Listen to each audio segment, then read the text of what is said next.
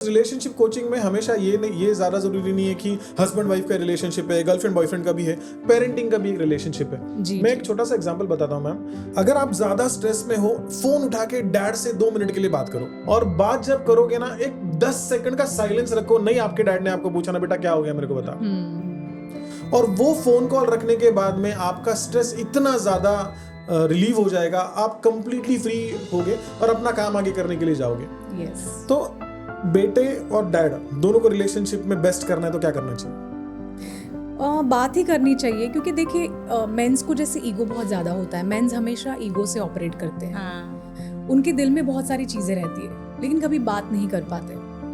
अभी जैसे पापा है, उसको भी कुछ बोलना है अपने बच्चे को, लेकिन वो नहीं बोल पाते हैं। उसको ऐसा लगता है कि चलो ठीक है ना, वो समझ जाएगा।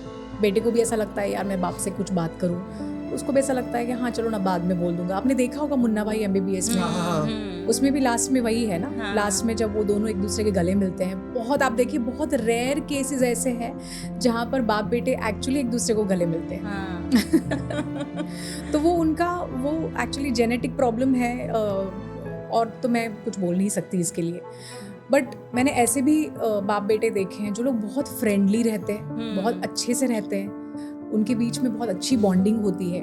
और बाप के साथ अगर बेटों की बॉन्डिंग है ना, तो उसको शायद किसी दोस्त की जरूरत भी नहीं पड़ेगी। हाँ। जैसे बेटियां तो माँ की फ्रेंड हो ही जाती है। हाँ। एक टाइम के बाद माँ को बेटी से अच्छा दोस्त और कोई मिल ही नहीं नहीं सकता। मिलेगा। हाँ। तो वैसे ही बाप का भी होता है। अगर उनका रिश्ता अपने बेटों के साथ बहुत अच्छा होगा ना, तो उनको भी एक एज के बाद ना दोस्तों की जरूरत नहीं पड़ेगी, वो अपने बेटे से ही बात कर सकते हैं। लेकिन ये चीज बहुत कम लोग समझ सकते हैं। बहुत रेयर है। हाँ, मैंने तो देखा है ना, लड़के अपने डैड को हक भी नहीं करते। नहीं करते। जब एक डैड लड़के को हक करने के लिए जाएगा ना, तो एक इमोशन के साथ में जाता है, मेरा बेटा, और बेटा क्या कर रहे हो डैड ये। तो वो वाली सिचुएशन में ना 2 सेकंड के लिए ऐसा फील होता होगा एक बाप को कि यार भाई मैं सब इसके लिए कर रहा हूँ और ये बंदा अपने को हक भी नहीं कर रहा है।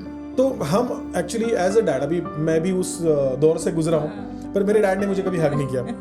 तो मैं मेरे बेटे को हक करने की कोशिश करता। तो फर्स्ट टाइम मैम जब ऐसा सिचुएशन हुआ था, 2 साल पहले की बात है, कि मैं मेरे बेटे को हक करने के लिए गया। हम दोनों बाहर से आए थे, एंड ये इंस्टाग्राम की रील आप एक बार देख लो ना, मॉम डैड बाप बेटे की रिलेशनशिप वाली, तो बैक टू बैक आना स्टार्ट कर देता है। तो मुझे रील आई कि बेटे को हक करो, तो आजकल बेटे हक नहीं करते।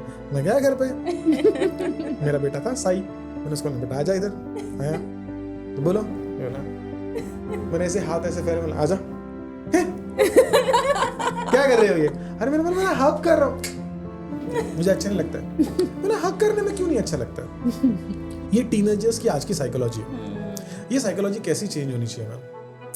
नहीं, ये देखिए अभी जैसे आपको आपके बेटे ने मना किया तो आप रुक गए। अगर आपने बोला होता कि हक करना है और उसने आपको मना किया होता, तो आप क्या करते? आप जबरदस्ती हक करते उसे। हाँ। ये माएँ कर सकती है, बाप नहीं कर सकते, वहाँ ईगो आ जाता है। तो अगर उसने ऐसा किया, फिर भी आपने पीछे से अगर उसे हक कर लिया होता, तो शायद कहीं ना कहीं उसे वो चीज़ फील हुई होगी और वापस उसने टर्न होके आपको भी हक किया होता। क्योंकि क्या होता है ना, डिस्टेंस इसलिए बढ़ता है क्योंकि वो कुछ सोच रहा है, आप कुछ सोच रहे हैं। टीनेजर्स में यही प्रॉब्लम हो रही है, क्योंकि वो तो अपनी मस्ती में रहते हैं, उनको पता नहीं है एक्चुअली कि इन सब चीज़ों का के मायने क्या है, जब तक वो हमारी एज में नहीं आ जाएंगे। तो वो मायने हमें उन्हें समझाने हैं। और वो कैसे, और मैं आपको बताती हूँ ना कि टच थेरेपी जो होती है ना, पेरेंट्स के पास से अगर बच्चों को टच थेरेपी मिले ना, तो it's a kind of medicine. ये उनके लिए मेडिसिन होती है। उन्हें पता नहीं होता इसकी वैल्यू, बट जब हम उन्हें देते हैं तो उन्हें डेफिनेटली वो रियलाइज होती है। जैसे तो न्यूबॉर्न बेबी होते हैं, हाँ। जब वो बेबी हम फीडिंग वगैरह करके उनको सुला देते हैं, बट कई बार वो नींद में हिलते रहते हैं, इधर से उधर, उधर से इधर। जैसे हमारा हाथ, अगर मॉम का हाथ उसको टच मिल जाए तो उसको एक रहता है कि नहीं मॉम बाजू में ही है, तो चुपचाप सो जाते हैं वैसे। यस। बट मैंने हार नहीं मानी। मैं हार मानने वालों में से नहीं हूँ। मैंने उसके साथ में बैठा, आधे घंटे तक लेक्चर दिया।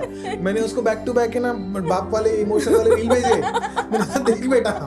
फिर मैंने क्या किया पता है मैम, मैंने ना फैमिली का ग्रुप बनाया, जहाँ पे हमारे दोनों बेटे, हम दोनों, और फिर मैं रील्स भेजते गया। It took me 6 months ma'am for me to get a hug from him. But अभी ऐसी सिचुएशन है, हम 4-4, 5-5 दिन टूर पे होते हैं, और टूर से जब हम आते हैं, he is the one who opens the door and he is the one who hugs me now. आ गया मेरा बाप आ गया, तो खुश होता है वो हमें देखने के बाद में। ये टर्न हमने लाया। मैं चाहता हूँ हर पेरेंट, जैसे आपने कहा, ईगो में लेके नहीं चलना। क्या है क्यों करना है उसके पीछे पड़ना, ऐसा न करके हमने अपने बेटे को सिखाना चाहिए। और कभी कभी जरूरी नहीं लगता उन्हें, ऐसा नहीं है कि हर टाइम ईगो ही हो, कभी ना, कभी हाँ। पेरेंट्स को जरूरी भी नहीं लगता कि आप इतने इमोशनली कनेक्टेड है, वैसा उनको लगता नहीं है। अभी मैं अपने हस्बैंड की भी बात करूँ तो उनके लिए भी इमोशंस इतने मैटर नहीं करते। मेरा अच्छा। बेटा अगर कोशिश करे उन्हें हक करने का तो उनको थोड़ा अजीब Awkward लगता है क्योंकि कि अरे बच्चे ये बड़े क्या, हो रहे हाँ हैं, ये वो क्या होता कर रहा है, हाँ। लेकिन फिर बाद में उनको भी अच्छा लगता है कि अरे आज मेरे बेटे ने मुझे हक किया। हाँ। नहीं लगता है। जब तक आप वो चीजें करें नहीं तब तक पता नहीं चलता उसका।